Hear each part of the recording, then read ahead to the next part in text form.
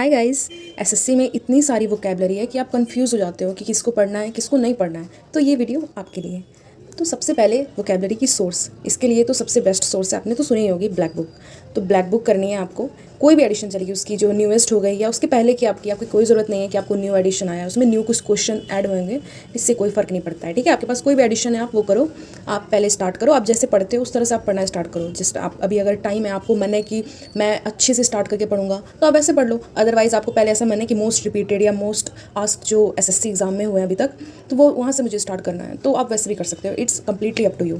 तो वो करने के बाद आप तो एक डेली कंटिन्यूंस एक रूटीन में तो रखोगे कि वोकेबलरी के लिए वन वर्ड सब्स्टिट्यूशन हो गया, EDM and phrases all included, तो आप ये तो डेली करते चलोगे। ये हो गया आपका 40% वर्क। मेन जो वर्क हुआ ना आपका, ये हो गया मॉक में 60%।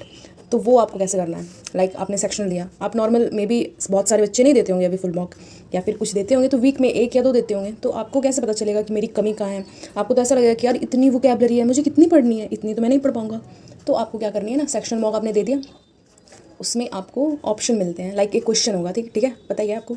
उसमें सबसे पहले तो आप एक चीज़ सबसे पहले नोटिस करना कि क्वेश्चन में उसका सिनोनिम पूछ रहा है कि एंटोनिम पूछ रहा है। मैं बताती हूँ, मोस्ट ऑफ द टाइम मेरे से तो होता ही था कि मैं सिनोनिम की जगह एंटोनिम कराती थी। तो सबसे पहला तो काम आपको ये करना है कि आपने सिनोनिम देख लेना है कि पूछ क्या रहा है उसमें। उसके बाद फिर आ गया ना कि आपके 4 ऑप्शन गिवन है, तो आप मोस्ट प्रोबेबली आप आंसर जो देख रहे हो ना, इसका चारों में से कोई एक होगा, तो आपको ऑप्शन एलिमिनेशन के थ्रू जाना है। लाइक आपका क्वेश्चन देखा, ठीक है, बहुत सारा, बहुत यार आप नहीं उतना याद कर सकते हो। आप मानो 100% आपने पूरा बुक भी अगर पढ़ लिया ना, ब्लैक बुक पूरा रट लिया, मे बी आप कुछ नहीं करो, आपसे ब्लैक बुक भी करो, तब भी कोई गारंटी नहीं है कि आप पूरे क्वेश्चन कराओगे इंग्लिश के वोकेबलरी में स्पेशली। तो अगर कुछ भी अजीब सा आ गया, फिर भी बच्चे स्कोर करते हैं, कैसे करते हैं, तो आपको मे बी 2 ट्रिक होते हैं, एक तो ऑप्शन एलिमिनेशन, एक 50-50 गैस। मैं दोनों बताती हूँ। तो एक ऑप्शन एलिमिनेशन हो गया ना, तो आपको क्या करूँ कि आपको लाइक क्वेश्चन दिए गए हार्ड, मुझे नहीं समझ में आ रहा है इसका मीन्स क्या होता है, तो आप कभी देखोगे ना, मतलब इस बार तो सीजीएल के प्री में मतलब 100% क्वेश्चन, लाइक 99% क्वेश्चन में तो यही था कि ऊपर के मतलब नहीं समझ में आ रहे थे, लेकिन ऑप्शन ऐसे थे ना जो सेंस बना रहा था। तो आप इतने वोकेबलरी मतलब इनफ पढ़ लो कि आपको एक ऑप्शन से आइडिया लग जाए कि 3 मानो पॉजिटिव की तरफ साइन इंडिकेट कर रहा है, बट एक थोड़ा नेगेटिविटी की तरफ इंडिकेट कर रहा है, तो यार आपका 100% वही राइट होगा, क्योंकि 3 पॉजिटिव 1 नेगेटिव, कौन सा हो गया आपका, वही हो गया। ठीक है, तो इस तरह से आपका एक ये हो जाएगा।